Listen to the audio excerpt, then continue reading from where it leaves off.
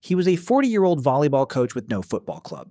He has no club. He coaches volleyball at a university to pay his rent, and he just shut out Spain at the World Cup. His name is Vozinha, and 6 million people learned it overnight. But here's what that number doesn't tell you. The nickname that made him famous. His whole life, he hated it. Cape Verde, a small island nation off the west coast of Africa. Population, 500,000 people. FIFA ranking, 64th in the world. Most Americans couldn't point to it on a map. It's an archipelago, a chain of 10 volcanic islands sitting in the middle of the Atlantic Ocean. No major football league, no famous exports, no spotlight. A boy is growing up there. Sensitive kid, easily hurt. Every time other children mess with him, he runs home to his grandmother. He lives with her. She raises him.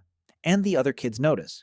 They start calling him Vozinha. In Portuguese, that means little grandma. He hates it. He's embarrassed by it. He spends years trying to leave that name behind.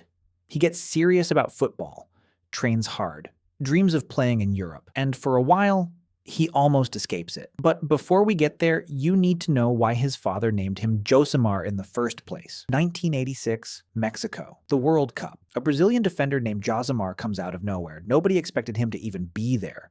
He wasn't in the original squad. A teammate got into a fight with the coach and was cut. His friend left in protest.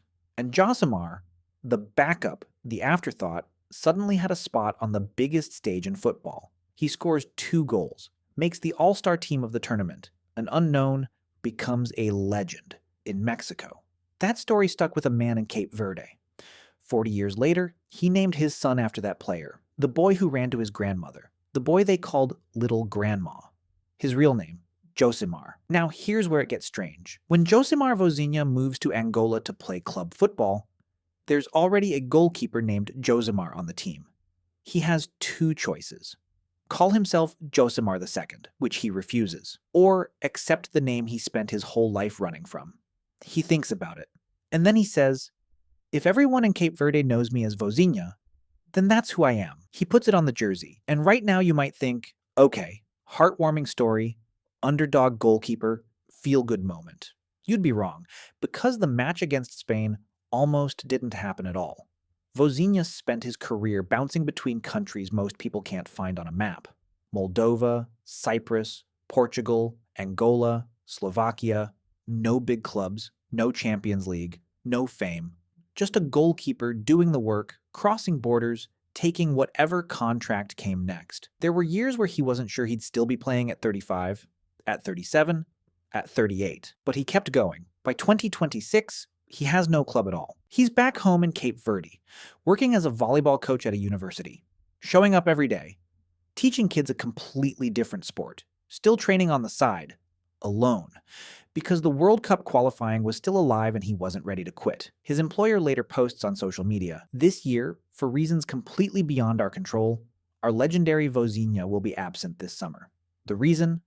A small conflict of schedule, the FIFA World Cup. We tried to negotiate, but apparently this tournament takes priority over the Institute. That post goes viral before the match even starts. But here's what nobody was paying attention to on June 15th in Atlanta. The broadcast audience for Cape Verde versus Spain expected to be tiny. Spain is ranked 2nd in the world. Cape Verde is 64th. This was supposed to be a warm-up win for the Spanish.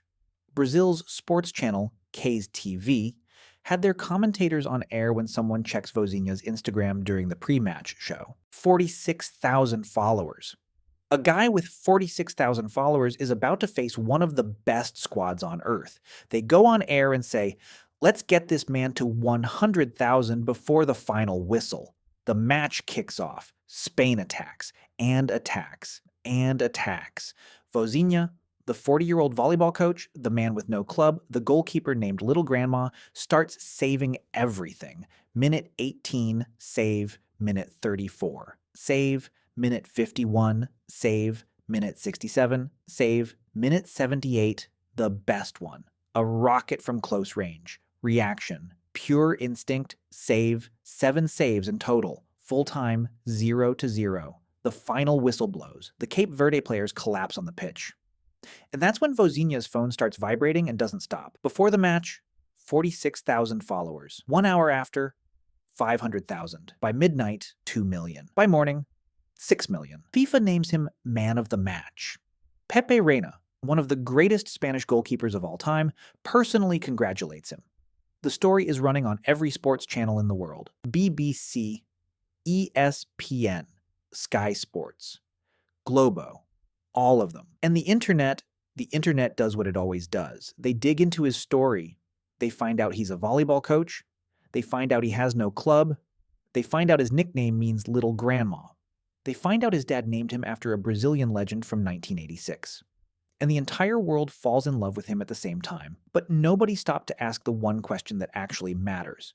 How does a 40-year-old goalkeeper, with no club, no salary, no team training, stop Spain?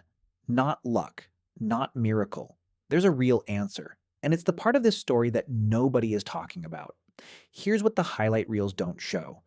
Vozinha had been training alone for months before the World Cup. No teammates, no coaching staff watching over him, no salary coming in.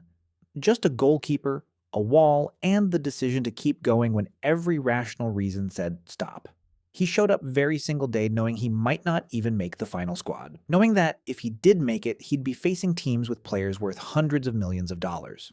He showed up anyway. The saves against Spain weren't just instinct. They were the result of someone who had spent 20 years being told, by circumstance, by age, by obscurity, that his moment wasn't coming. And then it came. His father named him after an unknown who became a legend at the 1986 World Cup. A man who wasn't supposed to be there, who showed up anyway, who became immortal in 90 minutes. 40 years later, his son did the same thing. In the same tournament, on the same continent where it all started.